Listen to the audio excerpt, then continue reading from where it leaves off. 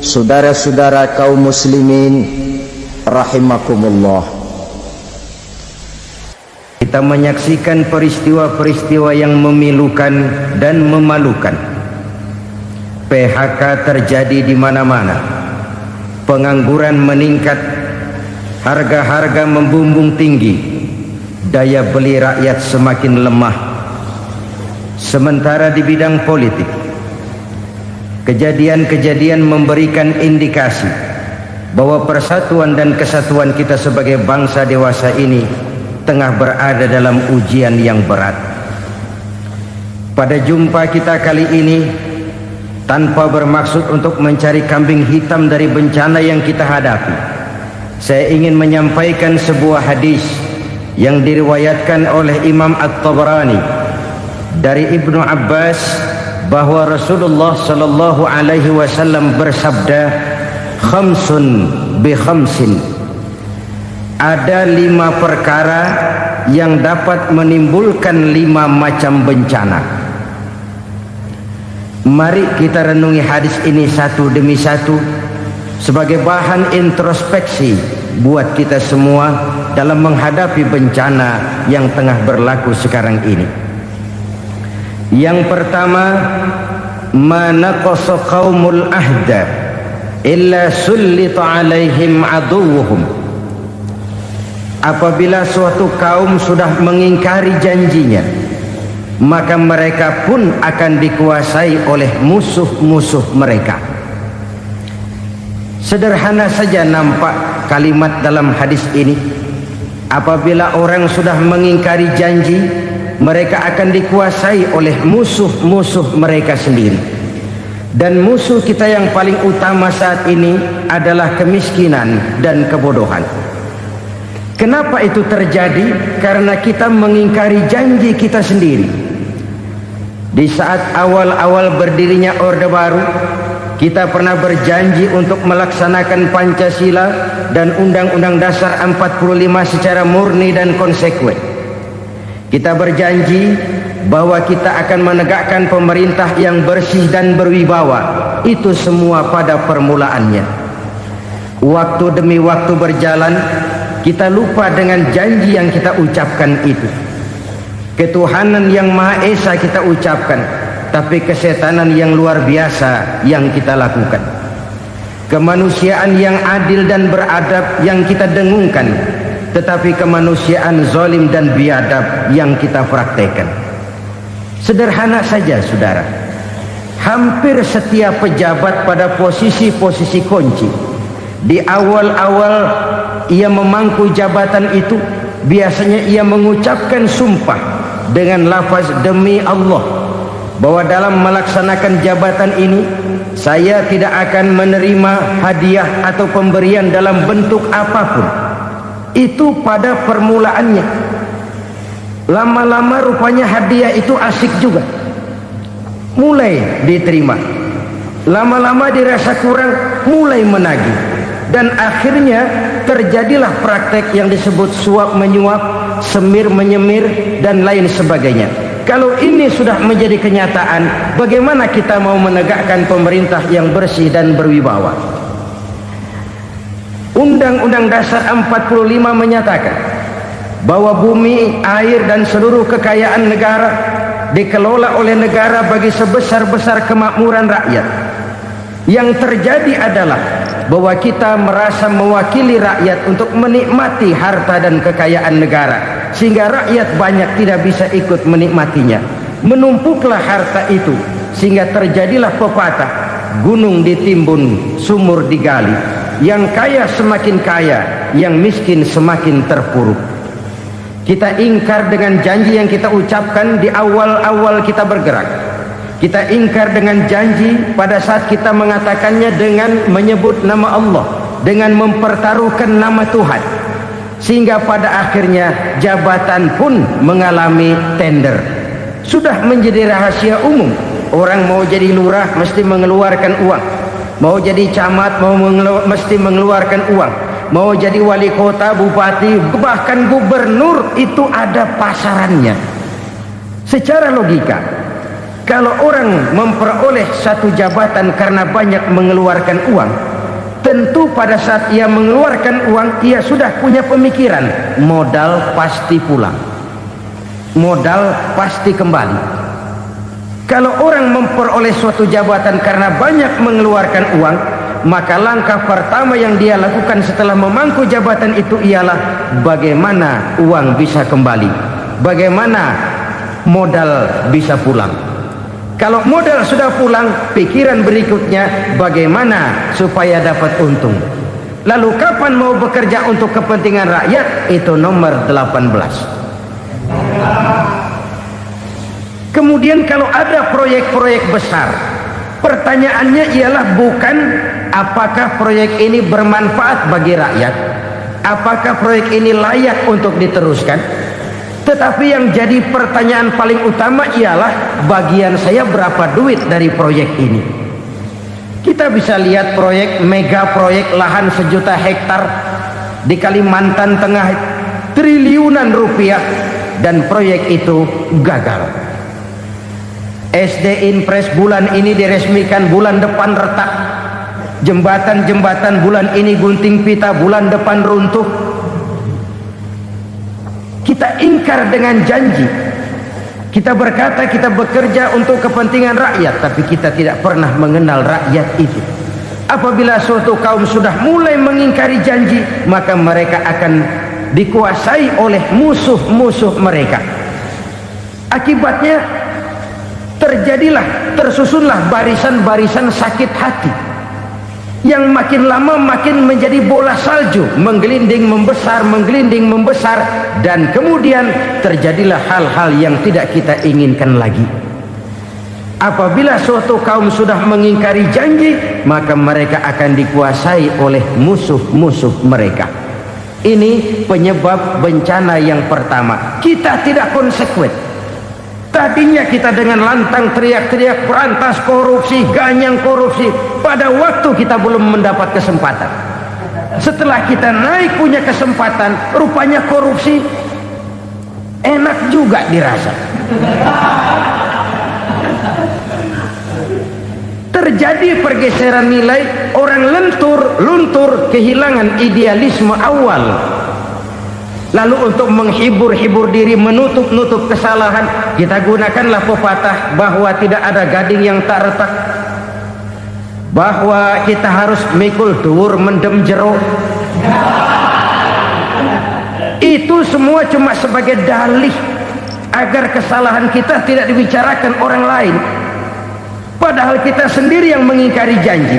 Kita yang keluar dari komitmen awal kita. Kita berjanji melaksanakan Pancasila dan Undang-Undang Dasar 45 dengan murni dan konsekuen. Kita berjanji untuk menegakkan pemerintah yang bersih dan berwibawa. Namun dalam kenyataannya itu tidak kita laksanakan dengan sebagaimana mestinya.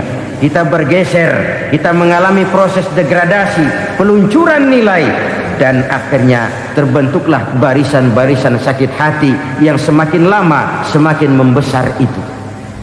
Kita harus introspeksi. Memang kalau zaman sedang susah, biasanya kambing hitam laris, tukang kompor gentayangan. Itu dari dulu selalu mencari kambing hitam. Karena itu kita tidak bicara orang, kita tidak bicara siapa yang salah, kita bicara sistem, dan sistem itu bisa mengena siapa saja. Kalau orang sudah mulai mengingkari janji, bergeser dari komitmen awal, itu sudah mulai ia mengalami proses peluncuran, proses degradasi. Ini penyebab yang pertama. Kita tidak lagi konsekuen bahwa bumi, air, sumber daya alam adalah milik negara, dikuasai oleh negara, digunakan bagi sebesar-besar kemakmuran rakyat. Ternyata rakyat yang makmur itu tidak merupakan gambaran yang menyeluruh dari rakyat kita. Undang-undang dasar kita menganut ekonomi kekeluargaan, tapi yang kita praktekkan adalah ekonomi keluarga. Kalau bukan keluarga nggak dapat proyek, kalau bukan keluarga nggak dapat macam-macam. kekeluargaan kita rubah menjadi keluarga, timbullah penyakit nepotisme. Kita bergeser, kita ingkari janji, dan kita anggap kita atasnamakan rakyat. Rakyat cuma sekedar jadi address, rakyat cuma sekedar jadi alamat, tetapi kehidupan mereka tidak banyak berubah dan tidak banyak terangkat. Kaum muslimin rahimakumullah, ini penyakit yang pertama, penyebab bencana yang pertama. Yang kedua, kata Nabi, wa ma hakamu bighairi ma anzalallah. Apabila hukum yang diterapkan sudah tidak lagi bersumber dari hukum Allah, illa fasha fihimul faqru, maka akan bertebaranlah kemiskinan di mana-mana. Ini artinya apa? Apabila hukum tinggal sebuah stempel, apabila hukum sudah diatur menurut kepentingan, apabila hukum sudah tidak lagi ditegakkan secara adil, maka kemiskinan merambah di mana-mana. Hukum diatur menurut selera orang yang sedang berkuasa, maka yang benar bisa jadi salah, yang salah bisa jadi benar. Hukum dalam kenyataan hidup berlaku seperti pisau. Pisau itu kan saudara lihat, yang namanya pisau dimanapun itu tajamnya ke bawah, ke atas tumpul. Kalau hukum itu, kalau untuk rakyat, hukum itu tajam bukan main, cepat sekali dilaksanakan. Tapi giliran menengah ke atas yang gedean dikit berbuat salah, hukum tumpul. Hukum pura-pura tidak dengar, akibatnya terluka rasa keadilan rakyat. Satu kasus rakyat diam, dua kasus rakyat diam, tiga kasus rakyat diam, kasus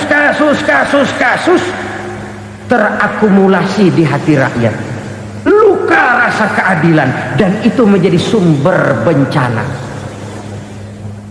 Penjarahan, kita tidak setuju itu, tapi kita harus melihat kausalnya. Itu kan tidak berdiri sendiri, itu kan karena terlukanya rasa keadilan rakyat, melihat kesempatan ini tidak merata. Kalau rakyat ini yang ngajukan kredit ke bank, walaupun jumlahnya cuma jutaan, ratusan ribu, susahnya 17 setan. Tapi ada orang-orang tertentu yang agunannya palsu, jaminannya palsu, bawa kata belece, bukan cuma miliaran, triliunan kredit bisa keluar. Terluka rasa keadilan, hilangnya kesempatan. Rakyat cuma dapat kesempitan, jarang dapat kesempatan. Dari lukanya rasa keadilan ini, memang ya entah lipstick, entah basa-basi, dibentuklah tim ini, dibentuklah badan pengawas ini, dibentuklah tim ini. Kalau membentur tahu, hancur tahu. Tapi kalau tim yang dibentuk membentur karang, bukan karangnya yang hancur biasanya, timnya yang bubar. Kenapa? Yang dibentur batu karang yang sangat keras.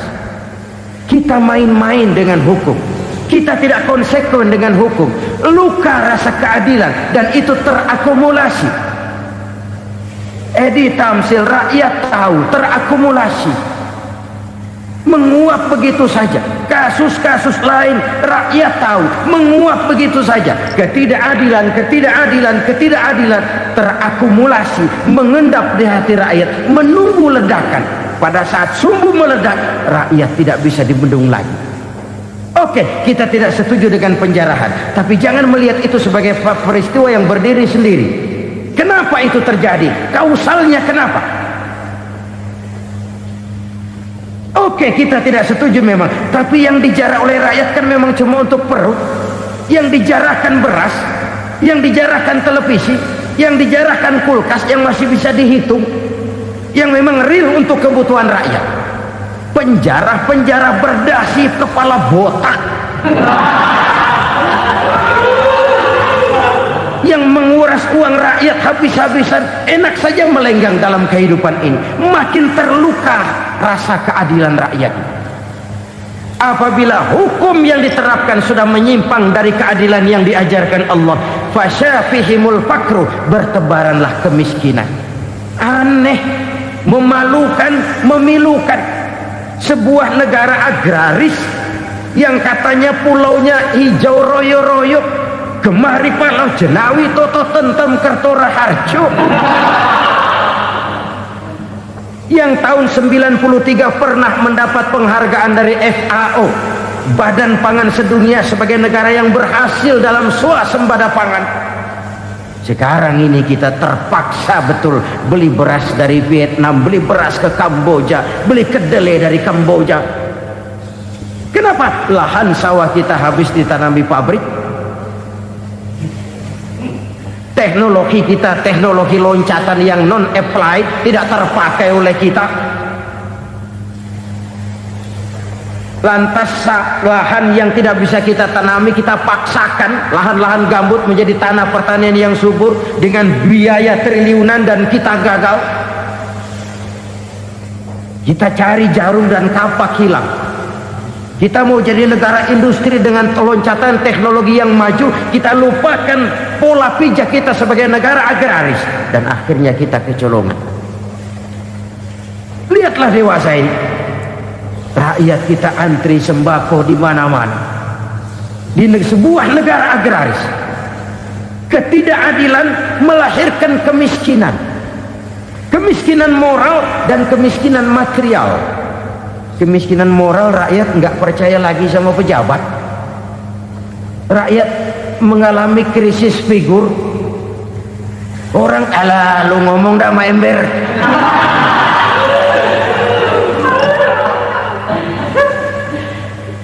Penataran yang menghabiskan biaya miliaran itu melahirkan pejabat-pejabat korup. Pengawasan yang menghabiskan biaya miliaran itu ternyata impoten, mandul. Kemiskinan moral.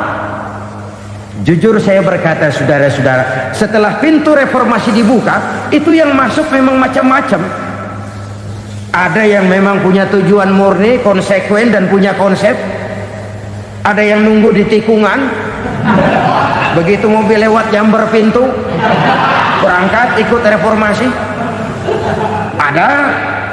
Ada yang memanfaatkan momentum, mumpung, untuk nyampein unek-unek, ngerti nggak, pokoknya ngomong. Sehingga keadaan semakin rancu, kebingungan semakin menjadi-jadi, masalah yang paling urgen tidak terselesaikan. Sekarang ini orang berpikir mendingan jadi pala ular daripada jadi buntut macan. Buntut macan memang hebat macan, tapi kalau buntutnya cuma ugel-ugel di belakang buat apa?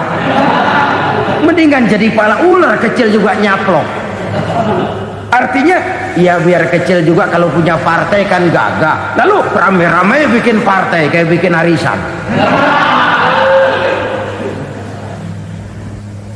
Orang makin mengalami dislokasi.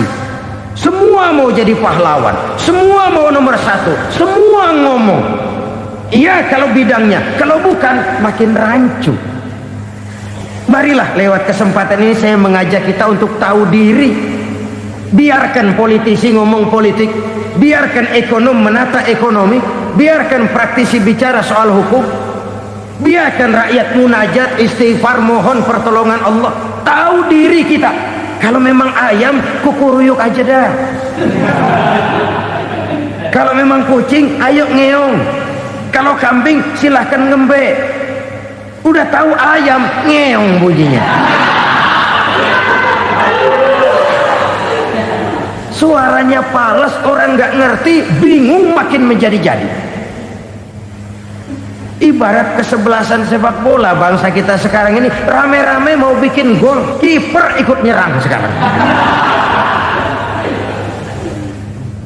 Memilukan dan bahkan memalukan.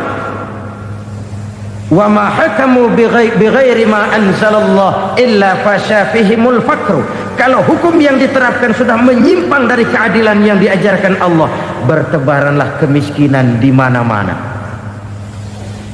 Coba sekarang ini, yang punya duit bingung, apalagi yang kagak punya duit. Yang pengusaha gede ngeluh, apalagi yang pengusaha pas-pasan. Yang kagak punya beras, yang punya beras saja masih bingung, apalagi yang nggak punya beras. Ini sudah demikian merata.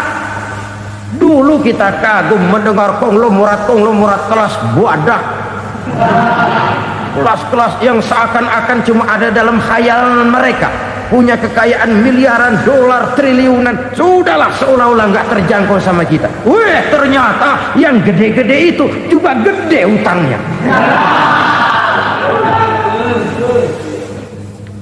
Dan rontok satu demi satu. Ternyata rakyat selama ini cuma dialamatkan, cuma dijadikan adres. Rakyat yang tidak banyak ngerti persoalan ini harus menanggung hidup ini begini berat, harus menanggung beban hidup ini begini tinggi, daya beli semakin lemah, semakin terpuruk dan terpuruk, sedang keadaan belum juga banyak berubah. Yang hutang sama luar negeri itu kan bukan rakyat kecil, Cianur. Yang banyak nyimpen dolar juga kan Ciano. Rakyat kecil bocah kampung mah jangankan nyimpen dolar, ngelihat juga tumben. Kemana kita mesti bercermin? Sekali lagi saya mengatakan maaf, kita tidak bermaksud mencari kambing hitam. Karena itu kita tidak bicara orang, kita bicara sistem, kita bicara keadaan. Beginilah yang dikatakan Nabi, penyebab timbulnya bencana, hukum yang ditegakkan tidak lagi berorientasi kepada keadilan, tapi berorientasi kepada kepentingan. Akhirnya bentuk hukum seperti pisau, tajam ke bawah, tumpul ke atas. Hukum cuma buat rakyat kecil, tetapi kelompok menengah ke atas kadang-kadang kebal dari perlakuan hukum. Maka bertebaranlah kemiskinan. Iya, kemiskinan moral berupa lukanya rasa keadilan. Kalau rasa keadilan terluka, orang kan nunggu kesempatan, saudara. Iya, dia nggak bisa ngomong, iya dia nggak sanggup action, iya dia nggak bisa tunjuk rasa, tapi hatinya kan kapan ada kesempatan, kapan ada waktu, tunggu. Hatinya mesti begitu. Sehingga begitu ada kesempatan, terjadilah hal-hal yang tidak terhindarkan. Dan itu ekses, bukan reformasi. Jangan seperti sebuah dialog saya dengan seorang abang beca. Saya bertanya, bang, ya, abang tahu nggak reformasi? Tahu. Ustaz, apa? Pembakaran. Terus penjarahan, lalu perkosaan. Itu reformasi. Itu yang saya lihat. Nah, itu yang dia lihat. Saya tentu tidak menyalahkan abang beca kita, karena memang itu yang dia lihat dan sejauh itu wawasannya. Tapi ini indikasi bahwa banyak rakyat kita yang belum bisa menggunakan kebebasan secara bertanggung jawab. Padahal kebebasan tanpa tanggung jawab tirani. Sebuah contoh gampang-gampangan. Saya beli radio, saya setel di kamar saya, lalu saya bilang, ini radio gue. Yang beli gue, pakai duit gue setel di kamar gue, sekeras-kerasnya, gak ada urusan sama orang lain. Itu kata saya. Tetapi tetangga saya sebelah rumah kan boleh juga ngomong begitu. Kata tetangga saya, ini mata gue, yang ngantuk gue tidur di kamar gue, kenapa suara radio lu nyampe kemari? Artinya apa ini? Kebebasan saya nyetel radio dibatasi oleh kebebasan tetangga saya yang mau tidur. Tidak ada kebebasan mutlak. Kebebasan mutlak tanpa tanggung jawab kembali akan melahirkan tirani, kembali akan melahirkan pemaksaan kehendak. Dan itu lagi-lagi bukan demokrasi. Saudara-saudara kaum muslimin rahimakumullah. Ini penyakit yang kedua, lukanya rasa keadilan, terutama di kalangan rakyat kecil. Itu mengendap menjadi akumulasi dan menunggu giliran kapan bisa dimuntahkan. Dengan kata lain, rakyatnya udah banyak banget makan yang perutnya jadi enak, nyelam. Kapan nunggu muntahnya? Udah begini banyak akumulasi yang mereka pendam di perut ini, sehingga ketika terjadi kesempatan itu sudah tidak terkendalikan lagi, kita out of control. Saya tidak mentolerir sikap-sikap kekerasan, bahkan saya lebih cenderung bahwa kalau di rumah kita banyak tikusnya saja racuni, jangan rumah dibakar.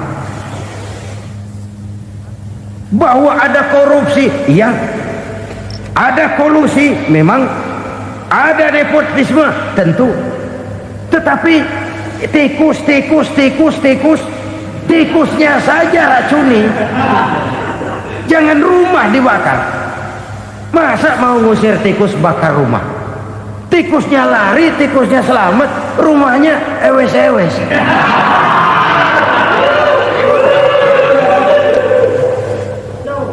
Tikus selamat, rumah nggak punya, masalah nggak terselesaikan dengan sebagaimana yang kita harapkan.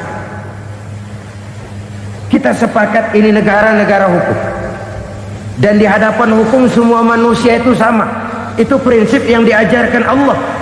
Al-musawat bainan nas fi takalifil ahkam. Semua manusia sama dalam berhadapan dengan hukum Allah Subhanahu wa ta'ala. Kalau hukum sudah pandang bulu, itu jelas yang enak yang banyak bulunya. Siapa yang banyak bulunya? Monyet. Kalau hukum pandang bulu, monyet keenakan. Saudara-saudara kaum muslimin rahimakumullah, introspeksi. Mari kita bercermin bagaimana perjalanan hukum selama ini. Kalau introspeksi ini kita temukan, lalu ada upaya untuk memperbaiki diri. Jangan menggunakan tak ada gading yang tak retak, mikul duwul mendem jero untuk menutupi kesalahan orang. Padahal kesalahan itu sedemikian besar. Padahal rakyat kita tiap hari antri sembako.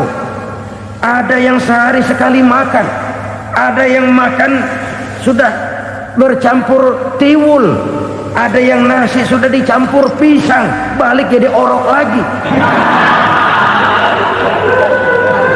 Macam-macam upaya rakyat untuk menangsal perut ini. Lalu rakyat ditenang-tenangkan, lebih baik puasa Senin Kemis sambil menghadapi krisis ekonomi. Kenapa rakyat yang disuruh puasa? Kenapa bukan pejabatnya yang puasa lebih dulu untuk kemakmuran rakyat? Kalau rakyat yang memang perutnya udah gepeng disuruh puasa, makin krempeng perutnya. Artinya pejabat harus punya sense of politics.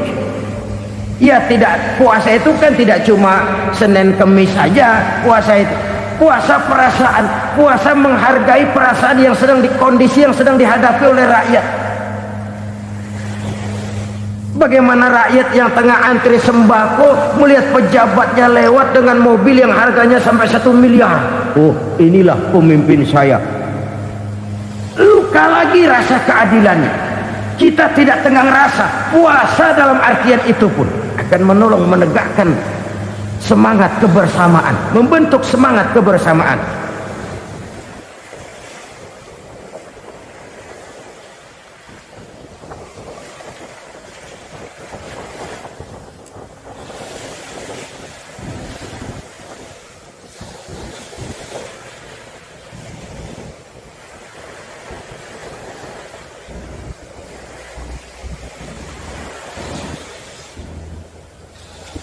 Saudara-saudara kaum muslimin rahimakumullah, penyebab bencana yang ketiga dikatakan oleh baginda Nabi, wala zaharat fihimul fahishatu illa fasha fihimul maut. Apabila kekejian telah merajalela, maka maut bertebaran di mana-mana. Kita renungi butir kalimat dalam hadis ini. Apabila kekejian telah merajalela, maut bertebaran di mana-mana. Begitu murah arti sebuah kehidupan.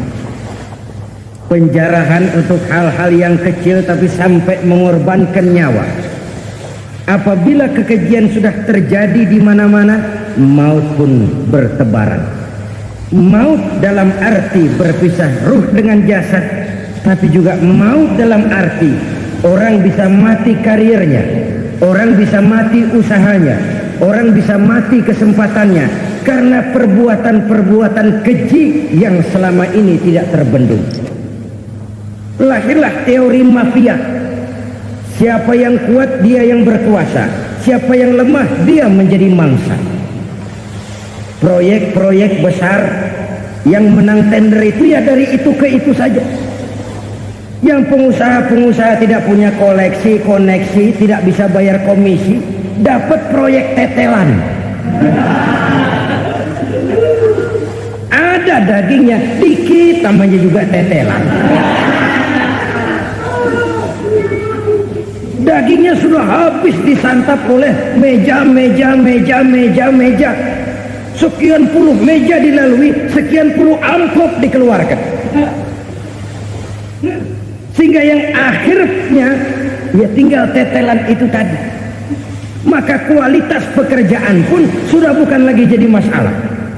Demikianlah mafia-mafia ini bermunculan di mana-mana.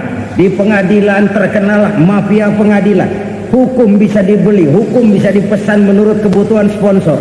Mafia peradilan, mafia politik, mafia ekonomi, bahkan mafia agama yang menggunakan agama sebagai kedok, menggunakan agama sebagai dalih, menggunakan agama sebagai topeng untuk melancarkan maksud-maksud politiknya pun tidak tertutup kemungkinan.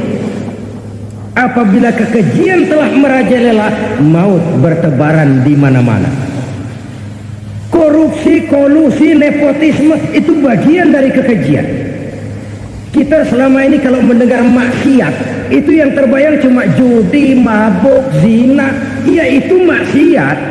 Tapi korupsi, kolusi, nepotisme itu juga maksiat dalam bentuk lain. Kalau ini sudah bertebaran, maka maut terjadi di mana-mana. Jangan bayangkan cuma mati orangnya, itu sih kewajiban. Yang menyakitkan itu orangnya masih hidup tapi dibikin mati, karirnya mati. Kenapa? Karena yang diperlukan bukan cuma orang pinter tapi orang taat. Biar pinter, kalau nggak taat minggir. Biar bodoh, kalau taat bisa nyenangin atasan, bisa nyemur. Kumaha juragan wae ayo nama. Itu yang kadang-kadang dapat penghargaan. Tidak ada prestasi kerja kecuali bikin senang orang di atas. Kita lihat di desa-desa jalan rusak. Kalau ada berita pejabat anak mau turun, jalan rata sekali. Sampai tanah dari mana aja dikeruk buat ngeratain tuh jalan. Pejabat pulang legok lagi jalanan. Katanya kita kerja buat rakyat, nyatanya kita cuma melayani atasnya. Kenapa? Terjadi lingkaran setan. Seperti kata lagu Dul Sumbang itu. Mahasiswa takut sama dosen, dosen takut sama dekan, dekan takut sama rektor, rektor takut sama menteri, menteri takut sama presiden, presiden takut sama mahasiswa. Lah muter balik lagi, lingkaran setan, lingkaran setan. Saudara-saudara kaum muslimin rahimakumullah, kekejian yang merajalela, praktek-praktek mafia yang tertuang dalam kehidupan sehari-hari menyebabkan orang mati karirnya, jasad masih hidup, karir mati, itu menyakitkan. Mati bisnisnya. Rakyat kecil pernah senang ketika cengkeh booming, harganya bagus, rakyat banyak yang pergi haji.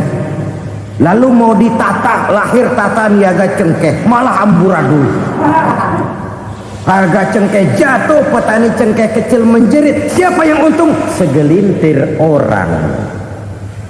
Masihkah kita pakai atas nama rakyat untuk kepentingan nasional, padahal yang nyanyi cuma segelintir orang?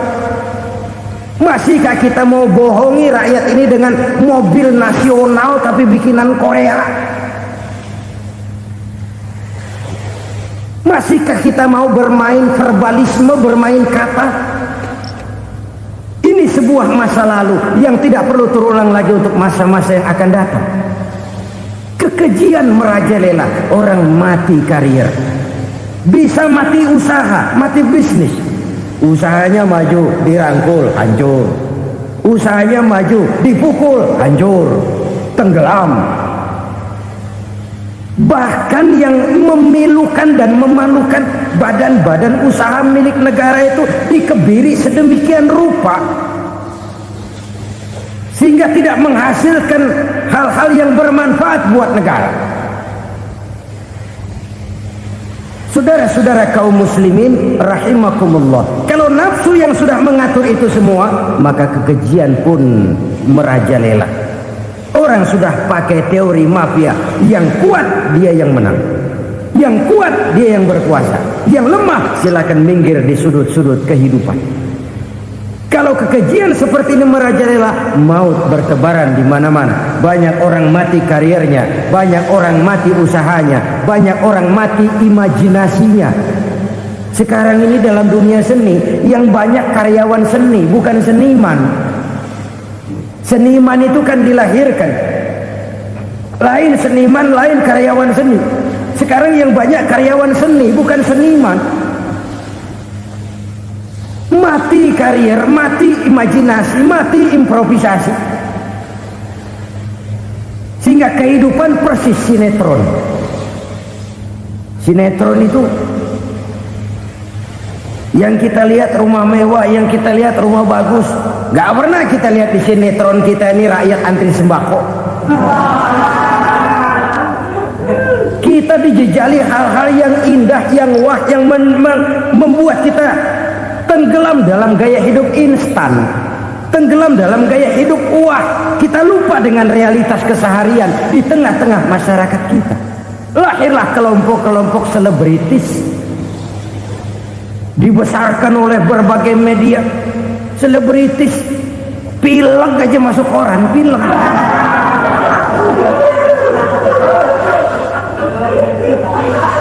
Rakyat yang pingsan antri beras nggak masuk koran. Rakyat yang semaput antri minyak nggak masuk koran. Selebritis panok masuk koran.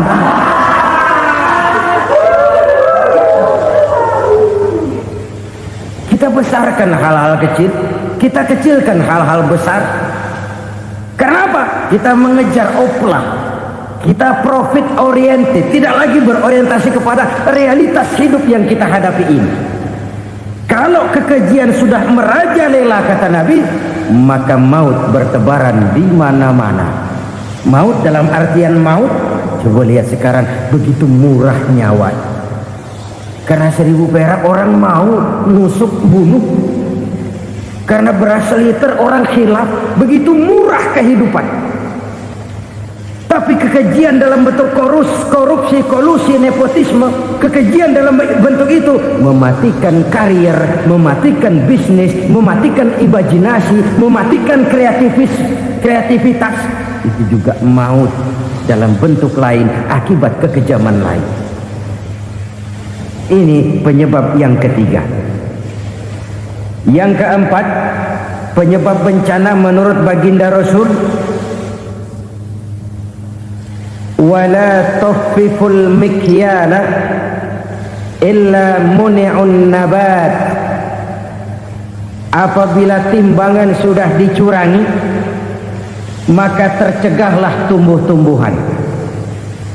Apabila timbangan sudah mulai curang, maka terjadilah musim paceklik. Apabila bisnis sudah bergaya mafia tadi itu, kecurangan-kecurangan terjadi, tender di balik pintu, yang dimenangkan cuma kelompok-kelompok yang bisa memberikan presentasi yang besar, muni'un nabat, terjadilah paceklik. Paceklik, panen gagal, wereng ya wereng, kemarau panjang it's okay, air sulit iya, Tetapi kan semua itu ada yang ngatur. Kemarau ada yang ngatur, belalang itu ada yang ngatur, air itu juga ada yang ngatur. Yang ngatur itu yang serba maha. Kalau ia murka melihat kecurangan timbangan, Allah itu kalau murka kan gampang saja, tinggal komandoin balang, lang, hancurin tuh sawah. Konvoy belalang, konvoy. Allah tinggal ngutik angin El Nino, mampir lo ke Indonesia. Hujan nggak turun-turun, kemarau panjang. Jadi kalau musim kemarau kan namanya anginnya El Nino. Kalau musim hujan anginnya namanya La Nina. Cakep namanya, kejem orangnya. Saudara lihat Cina sekarang sedang kena La Nina, banjir besar, ribuan orang meninggal. Dia mah ribuan mati kagak berasa, rakyatnya miliaran. Bangladesh lagi ngalami La Nina, India lagi ngalami La Nina. Angin, hujan, kemarau, belalang itu kan ada yang ngendaliin. Kuncinya bukan di belalangnya, kuncinya bukan di peredaran matahari berputar, kuncinya di atas yang mengatur semua itu. Kalau timbangan sudah mulai curang, pengusaha sudah nggak mau jujur, apa enggak bikin perut jadi mual. Begitu rakyat antri sembako pingsan nggak dapat beras, sementara beras ditumpuk-tumpuk sampai membusuk. Kemana hati nuraninya? Kemana akal pikirannya? Kemana mereka yang berbuat atas nama rakyat tapi melihat rakyat susah tidak tergerak hatinya? Apabila timbangan sudah mulai dicurangi, bisnis sudah mulai melenceng, maka terjadilah paceklik. Sebuah negara yang berhasil dalam swasembada pangan, lalu sekarang menjadi negara yang rakyatnya antri untuk memperoleh kebutuhan pangan. Saudara-saudara kaum muslimin rahimakumullah, ini intinya adalah kecurangan. Kalau kecurangan sudah terjadi di mana-mana, dan ini milik siapa saja, bukan soal tempat, bukan soal jabatan, soal manusianya, SDM-nya. Kecurangan tidak cuma terjadi di kantor, di masjid bisa terjadi kecurangan. Korupsi tidak hanya bisa terjadi di kantor, di madrasah bisa ada korupsi. Faktor manusianya, ini soal SDM. Kecurangan yang besar tentu besar lagi kerugiannya. Kecurangan yang kecil, kecurangan sehari-hari, pedagang-pedagang kecil ngurangi timbangan, barang yang buruk dikatakan baik, yang baik dikatakan buruk, itu merugikan perorangan.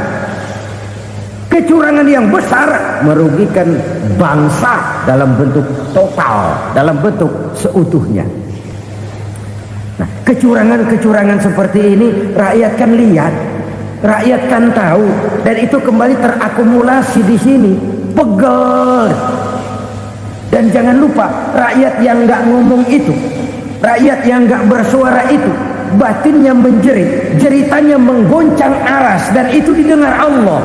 Yadullah fauqal jamaah, kata Nabi, tangan Tuhan di atas orang banyak. Jeritan hati rakyat menggoncang aras. Rakyat yang terlalu banyak dizolim, rakyat yang terlalu banyak dirugikan, ya rakyat yang terlalu banyak di atas namakan, menjerit batinnya, menggoncang aras, dan Allah bisa menggerakkan apa saja untuk membuat satu situasi. Allah bisa menggerakkan apa saja untuk membuat satu situasi. Saudara-saudara kaum muslimin rahimakumullah, ini faktor yang ketiga, timbulnya kecurangan. Faktor yang keempat maksud saya. Yang kelima, penyebab timbulnya bencana menurut baginda Nabi, wala muni'uz zakat wala muni'uz zakat illa hubbisa anhumul qatr. Apabila zakat enggan dibayar, maka tercegahlah qatrun. Qatrun ini kalau bahasa kita sembako. Maka tercegahlah kebutuhan-kebutuhan yang kita perlukan. Ini kita tidak meragukan bahwa yang kita tuju adalah masyarakat yang adil dalam kemakmuran dan makmur dalam keadilan. Nah, antara kemakmuran dan keadilan ini memang sering tidak bisa berjalan seiring. Pada saat kemakmuran kita kejar, ekonomi kita pacu, ada nilai-nilai keadilan yang tertinggal. Pada saat nilai keadilan kita tegakkan benar-benar, ada unsur-unsur kemakmuran yang terabaikan. Oke, kita bisa mengatakan kasus. Oke, kita bisa mengatakan itu sebagian kecil. Tapi kalau sebagian kecil, lama-lama kan jadi sebagian besar. Oke, kita mengejar kemakmuran. Pertanyaannya, kemakmuran untuk siapa? Oke, kita berikan kelompok tertentu kue yang besar dengan harapan nanti dia bagiin kuenya kepada yang kecil-kecil. Tapi kenyataan mereka yang dapat kue besar akhirnya malah lupa diri dan lupa daratan. Mau makin besar, malah memeras yang kecil-kecil ini. Sekarang kan yang kecil modali yang besar. Ramai-ramai buka bank, ternyata kamuflase. Uang banknya untuk kredit perusahaannya sendiri, nasabahnya rakyat kecil. Artinya apa? Rakyat kecil disuruh modalin orang yang udah gede. Ini karena sambar geledek urusan.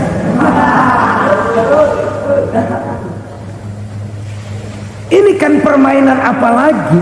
Rakyat kecil suruh modali yang gede, nasabahnya rakyat kecil, kumpulkan uangnya di bank, kucurkan kredit kepada perusahaannya sendiri. Bukankah itu rakyat kecil suruh modali yang gede? Sudah begitu kejamkah kita untuk meraih keuntungan dengan mengorbankan orang kecil ini? Sudah tidak bicara lagi kah nurani kita melihat penderitaan orang yang semakin susah ini? Kalau zakat enggan dibayar, padahal zakat 2,5% saja, 2,5% saja. Kalau itu pun enggan, kalau zakat saja enggan, bagaimana pula yang namanya sedekah, bagaimana pula yang namanya infak, bagaimana pula yang namanya santunan, bantuan. Kadang-kadang lipstick nyumbang si nyumbang, cuman nyolongnya lebih gede. Ini namanya sumbangan lipstick. Buat lipstick itu kan buat ngumpetin bibir pucat. Itu fungsi utama lipstick.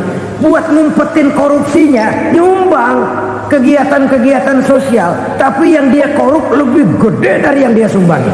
Lipstick kamuflase, nepu kata anak sekarang.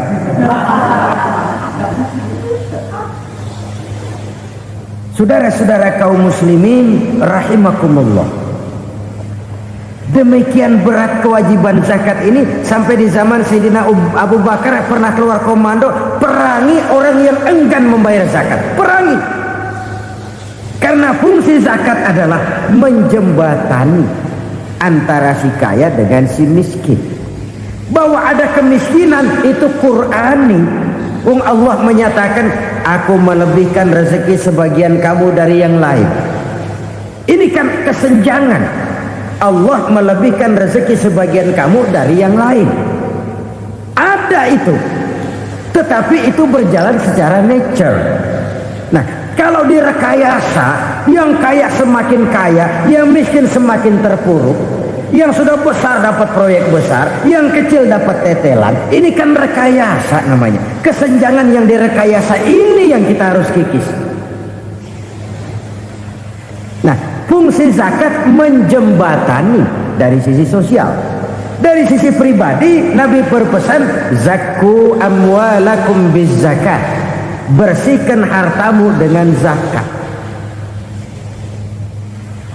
Sekarang ada istilah nyuci uang. Uang hasil korupsi itu bisa dicuci, dijadikan uang bersih.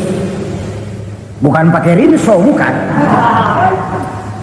Pakai politiknya koruptor, diolah sedemikian rupa sehingga jadi uang resmi. Sudah memutik, itu termasuk yang disebut kejahatan kerah putih, white collar crime. Kejahatan kerah putih, kejahatan pakai dasi, kejahatan kelas kakap. Makanya orang mah mendingan goblok kagak bener daripada pinter kagak bener. Goblok kagak bener itu gampang ngurusinnya. Pinter kagak bener ini yang berabe bener ngurusinnya.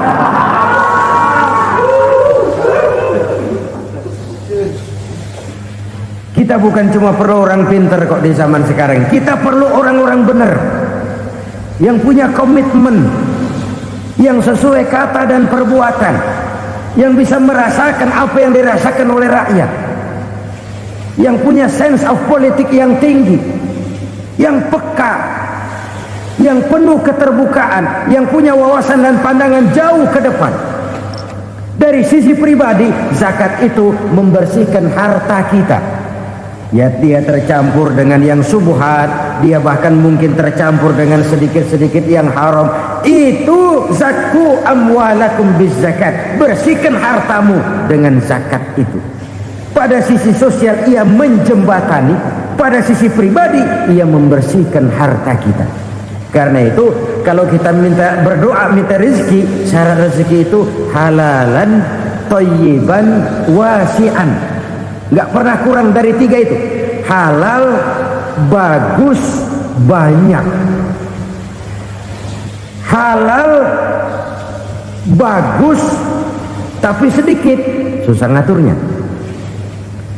Halal, banyak, tapi kurang bagus. Buat apaan? Bagus, banyak, tapi haram. Enggak ada artinya. Sebab kata Imamul Ghazali, kalau kau terlalu suka memakan makanan yang haram, dikunyah masuk ke dalam perut besar, digiling oleh perut besar, menghasilkan energi, menggerakkan sel-sel pembuluh saraf, kau juga akan cenderung berpikir yang haram. Kalau sudah cenderung berpikir yang haram, perbuatan pun akan mengarah kepada perbuatan-perbuatan yang haram. Dulu waktu kelompok Jimbaran 200 konglomerat Indonesia kumpul dihimbau supaya sekian persen kasih pengusaha-pengusaha lemah. Itu kan cuma sekedar belas kasihan, tidak banyak menolong keadaan. Dan bukan itu yang diperlukan pengusaha-pengusaha kecil. Yang diperlukan adalah berikan kami kesempatan seperti mereka dapat kesempatan. Berikan kami peluang seperti mereka juga dikasih peluang. Kalau cuma dikasih 100 juta 200 juta hari ini, usaha kami nggak ada prospeknya, peluang kagak ada, kan sama juga bohong. Diceburin ke kali, disuruh berenang, tangan diikat, mendingan mampusin ketahuan. Ayo berenang, berlomba, tangan diikat, kaki diikat, sama saja nyuruh mati. Jadi jangan kasih ikannya, kasih kailnya. Yang diperlukan pengusaha kecil menengah ke bawah itu bukan cuma sekedar belas kasih dari konglomerat-konglomerat besar. Berikan kami peluang seperti mereka juga dapat peluang.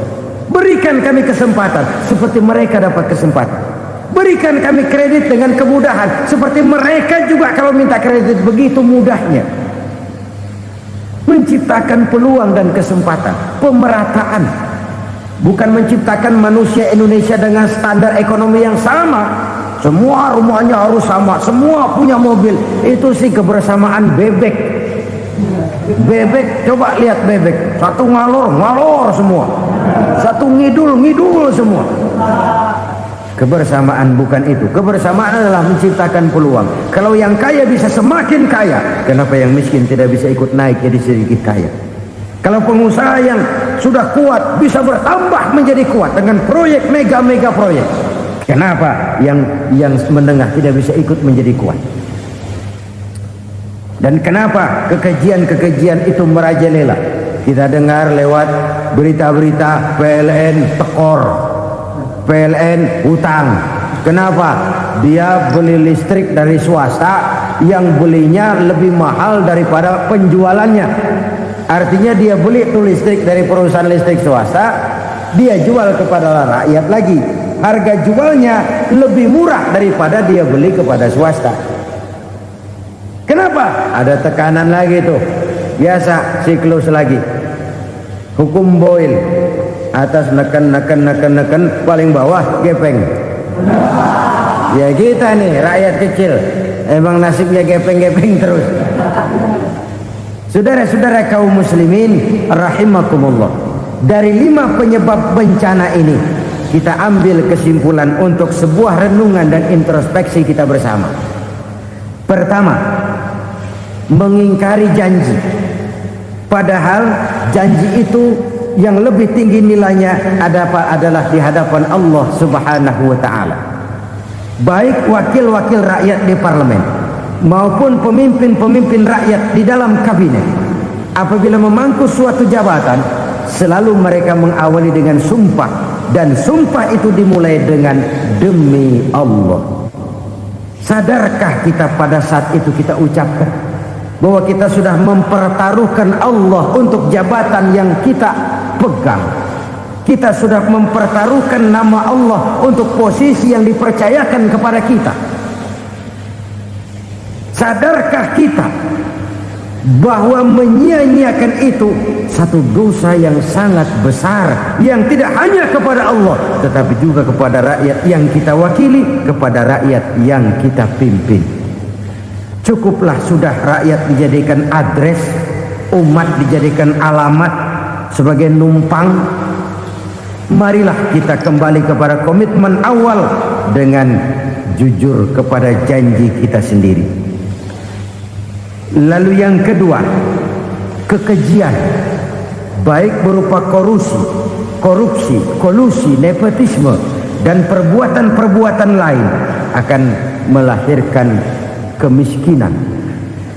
Kekurangan pangan bukan satu-satunya yang menyebabkan rakyat menderita. Lukanya rasa keadilan terakumulasi di hati rakyat, dan jeritan hati rakyat mengguncang aras. Kalau Allah murka, Allah bisa melakukan apa saja untuk menciptakan suatu kondisi. Faktor yang ketiga adalah praktek mafia menebarkan maut, baik orang yang mati jasad dan rohaninya maupun orang yang mati karirnya, mati kejujurannya, mati usahanya, mati imajinasinya. Hilang kreativitas kita sebagai bangsa. Faktor yang keempat, kecurangan-kecurangan di bidang usaha, di bidang tender, mengandalkan menjual kekuasaan. Dan memang repot kalau penguasa jadi pengusaha. Mau atau tidak mau, kebijakan-kebijakan kekuasaannya akan memperkuat jaring-jaring usahanya. Dan pada saat itu objektivitas sulit ditemukan lagi. Lalu yang kelima, keengganan membayar zakat, menumpuknya kekayaan negara pada kelompok-kelompok tertentu. Ini akan melahirkan paceklik yang berkepanjangan. Menumpuknya kekayaan dan harta negara pada kelompok-kelompok tertentu akan melahirkan paceklik dan kemiskinan yang berkepanjangan. Marilah kita sadar, marilah kita merenung bahwa keengganan kita membayar zakat, menciptakan pemerataan, pada akhirnya akan menjadi musibah buat kita semua. Saudara-saudara kaum muslimin rahimakumullah, sekian dulu jumpa kita kali ini. Mudah-mudahan yang saya sampaikan dari hadis riwayat Imam Tabrani ini menjadi bahan introspeksi buat kita semua. Tidak akan seorang muslim jatuh 2 kali di tempat yang sama.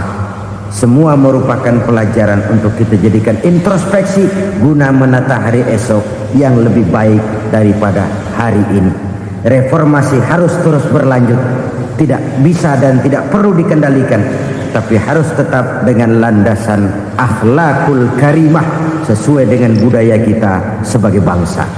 Terima kasih atas perhatian saudara. Mohon maaf atas segala kekurangan. Jumpa lagi lain kesempatan insyaallah. Usikum wa nafsi bitaqwallah. Wassalamualaikum warahmatullahi wabarakatuh.